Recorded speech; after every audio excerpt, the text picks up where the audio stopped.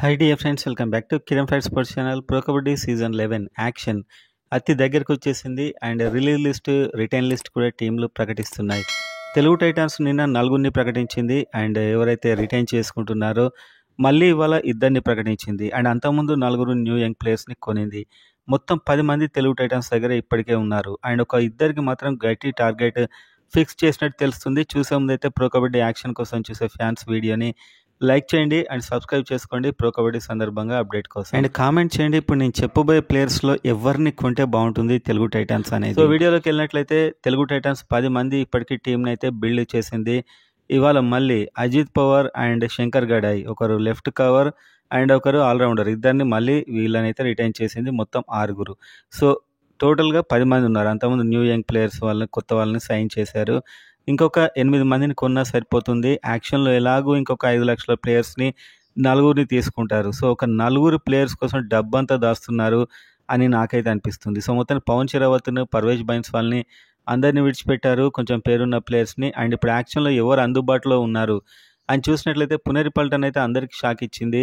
Aslam Inamdar, Mohit గోయట్, Pankaj Mohite fantastic రైడర్స్ని మళ్ళీ retain చేసుకున్నారు. So ఆ టీం ఇప్పటికే స్ట్రాంగ్ అయిపోయింది. కాకపోతే వాళ్ళు మహమ్మద్ రజా చియాన్ని విడిచిపెట్టారు. సో ఇతడు తెలుగు టైటాన్స్ టార్గెట్ చేస్తుందా? రైడర్ కమ్ డిఫెండర్, ఫెంటాస్టిక్గా ఉంటుంది ఒకవేళ చేస్తే కనుక. అంత డబ్బు కూడా ఉంది పునేరి దగ్గర.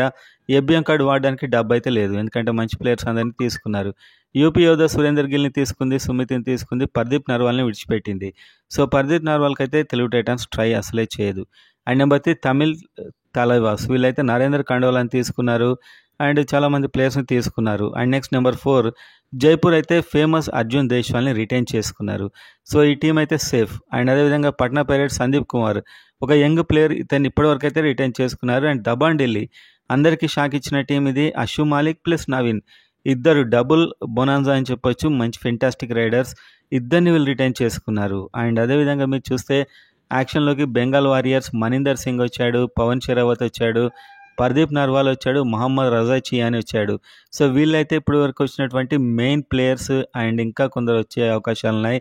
సో ఇందులో తెలుగు టైటాన్స్ అయితే పవన్ షెరావత్ని అండ్ అదేవిధంగా మహమ్మద్ రజా చియాన్ని కొన్నా కూడా ఫెంటాస్టిక్గా ఉంటుంది, ఎందుకంటే ఆల్రెడీ ఒక మోస్తరుగా ఆడే కొందరు ప్లేయర్స్ని అయితే రిటైన్ చేసుకున్నారు. సో మొత్తానికి రజా చియాని లేకపోతే పవన్ షెరావత్ ఇద్దరిని తీసుకుంటే టీం చాలా స్ట్రాంగ్ అవుతుంది. ఏబిఎం కార్డు అవకాశం ఎలాగూ పవన్ షెరావత్కు అయితే తెలుగు టైటాన్స్ దగ్గర ఉంది.